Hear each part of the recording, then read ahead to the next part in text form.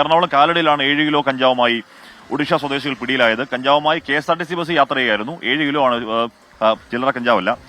YS Abhinand വിവരങ്ങളുമായി. അഭിനന്ദ്, ഇത് ഇപ്പോൾ ഹൈബ്രിഡ് കഞ്ചാവാണ് ഇപ്പോൾ ട്രെൻഡ്. ഹൈബ്രിഡ് ആണോ സാധാരണ കഞ്ചാവാണോ? 7 കിലോ അത്ര ചെറിയ എമൗണ്ട് അല്ല. Abhinand, good morning. ഹാഷ്മി, തീർച്ചയായിട്ടും 7 കിലോ കഞ്ചാവുമായാണ് ഒഡീഷ സ്വദേശികളായ ഗീതാഞ്ജലി ബഹ്റ, സ്വർണ്ണലത എന്നീ 2 യുവതികൾ പിടിയിലായിരിക്കുന്നത്. KSRTC ബസ് വഴിയായിരുന്നു ഇത്തരത്തിലേക്ക് കടത്താൻ ശ്രമിച്ചത്.